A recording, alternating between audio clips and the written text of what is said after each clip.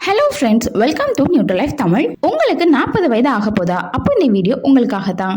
பொதுவாக 40 வயது தொட போகிற ஒவ்வொருத்தருக்குமே பார்த்தீங்கன்னா சில வியாதிகளான உயர் ரத்த அழுத்தம், கொலஸ்ட்ரால், இதய நோய் மற்றும் நீரிழிவு போன்ற பிரச்சனைகள் எல்லாம் வருஷ கட்டி வர ஆரம்பிக்கும். இந்த பிரச்சனைகள் எல்லாத்தையும் தவிர்த்து உடலை ஆரோக்கியமா வச்சுக்க விரும்புறீங்களா? அப்ப இது வரைக்கும் உள்ள உணவு பழக்கத்தை மாற்றி முற்றிலுமா ஆரோக்கியமான ஒரு டயட் முறையை நம்ம பின்பற்ற வேண்டும். அப்படி என்ன உணவு முறையை நம்ம ஃபாலோ பண்ணணும்னு வாங்க வீடியோக்குள்ள போய் முழுமையா பார்க்கலாம்.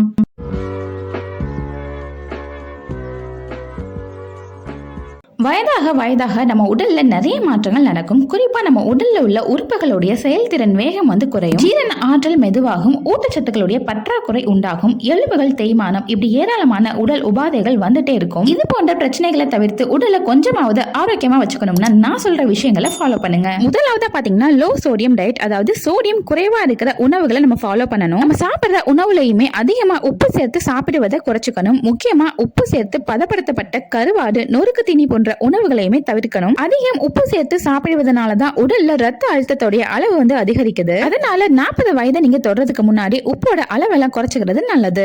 அடுத்து, இளம் வயதுல நம்ம கடினமான உணவுகளை நிறைய சாப்பிட்டுப்போம். ஆனா 40 வயதை நெருங்கும் போது நம்ம உடலுடைய ஜீரண மண்டலமும் அதன் வேகமும் குறைவா இருக்கும். அதனால எளிதா ஜீரணிக்கக்கூடிய நார்ச்சத்து நிறைந்த உணவுகளை அதிகமா எடுத்துக்கணும். முக்கியமா கீரைகள், ஃப்ரெஷ்ஷான காய்கறிகள், பழங்களை அதிகமா சாப்பிட்டுக்கணும். முக்கியமா எண்ணெயில பொரிச்ச உணவுகளை நம்ம அவாய்ட் பண்ணணும். அதிகமா அசைவ உணவுகளை எடுத்துக்குவதையும் தவிர்ப்பது நல்லது. அடுத்து, 40 வயதை நெருங்கும் போது உடலுக்கு தேவையான கனிமச்சத்துக்கள் மற்றும் ஊட்டச்சத்துக்கள்ல குறைபாடு ஏற்படுவது இயல்பான விஷயம்தான். அதனால 40 வயதுக்கு அப்புறமும் உடலுக்கு தேவையான ஊட்டச்சத்துக்களை உணவு மூலமா மட்டும் இல்லாம சப்ளிமெண்டா எடுத்துக்க வேண்டியதும் அவசியம். நீங்க எடுத்துக்கக்கூடிய சப்ளிமெண்ட் மாத்திரையாவோ, கேப்சூலாவோ இல்ல டானிக்கா கூட எடுத்துக்கலாம். மருத்துவருடைய ஆலோசனைப்படி எடுத்துக்கங்க. முக்கியமா எடுத்துக்கக்கூடிய சப்ளிமெண்ட் தாவர அடிப்படையிலானதா இருக்கணும். அதோட நிறைய தண்ணீர் குடிக்கணும். குறைஞ்சது 3 லிட்டர் தண்ணீராவது எப்படியாவது குடிச்சிருங்க.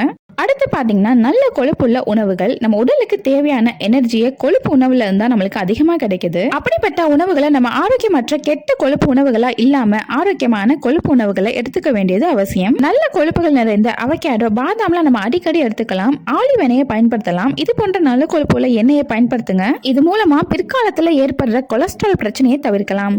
கடைசியா பாத்தீங்கன்னா புரத உணவுகள்.